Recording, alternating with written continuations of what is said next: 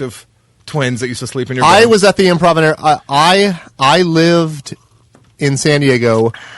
The manager, my new assistant manager, I was the manager of the Improv, said, let's go to Phoenix and see Dennis Miller. And I said, I can't go to Phoenix. None of this is necessary. Wait, two twins.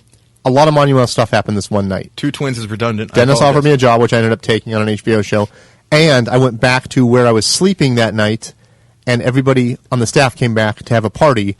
And the girls came back, and I ended up making out with one of them on the porch. Yes. And then I went into my room in this condominium, and the other one was in there, and her and I started fooling around. And then her sister walked by and noticed I was making out with her, and she said, we're leaving. And that was the end of that. And then about 6 months later, one of them called me and said, oh, we thought that was immature of us to get jealous of each other and blah, blah, blah. And we'd like to come out and visit you. And they came out to visit me 3 times in Los Angeles. And 2 of the times they spent the night with me, and neither time did I try to have sex with them. You were line 1. I wanted to more than anything on the planet. You were line 2. And then you were line 3. No, they spent the night with me 3 times. 3rd time, one of them said, why didn't you ever try to have sex with us? Because we both wanted to. And I went, I didn't think that was an option.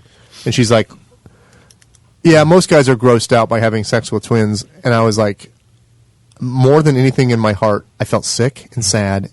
And like I was going to have diarrhea because I'm so stressed out because I thought this is never going to happen again. And then they went away. I almost wanted to beg them to hop back in bed and have sex, and I never did.